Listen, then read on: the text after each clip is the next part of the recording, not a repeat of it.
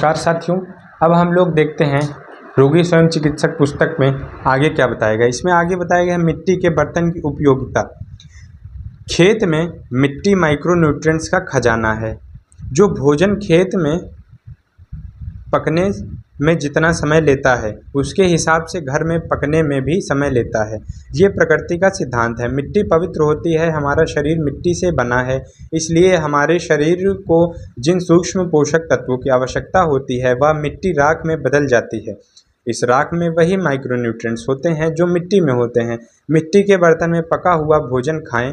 मिट्टी के बर्तन में पका हुआ भोजन जल्द खराब नहीं होता और इसको पकाने में एक भी माइक्रोन्यूट्रिएंट्स कम नहीं होते हैं। मिट्टी, कांसे, पीतल या स्टील के खुले बर्तन में खाना पकाएं। मिट्टी के बर्तन में 100%, कांसे के बर्तन में 96% और पीतल के बर्तन में 93% माइक्रोन्यूट्रिएंट्स बचते हैं।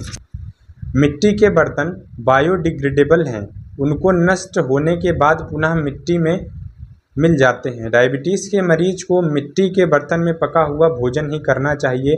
टीवीएस ग्रुप जो 1000 करोड़ के एम्पायर का मालिक है, उनके घर में मिट्टी के बर्तन इस्तेमाल होते हैं। रिलायंस ग्रुप की मालकिन कोकिला बहन रोटी मिट्टी के तवे पर बनाती हैं।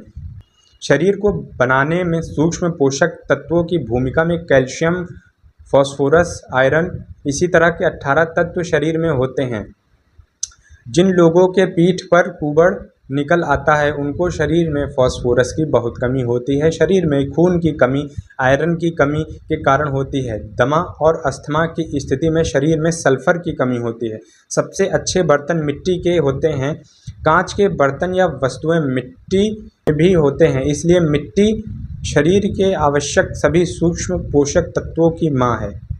Phosphorus, sulphur, zinc, magnesium, manganese, iron जैसे तत्व मिट्टी से ही मिलते हैं। मिट्टी ने लाखों करोड़ों साल से सूर्य की धूप में जो तपस्या की है उसी का ये परिणाम है कि सभी पोषक तत्व मिट्टी में विद्यमान हैं, जो कि किसी भी जीव को चाहिए जो इस मिट्टी से किसी न किसी रूप से जुड़ा है।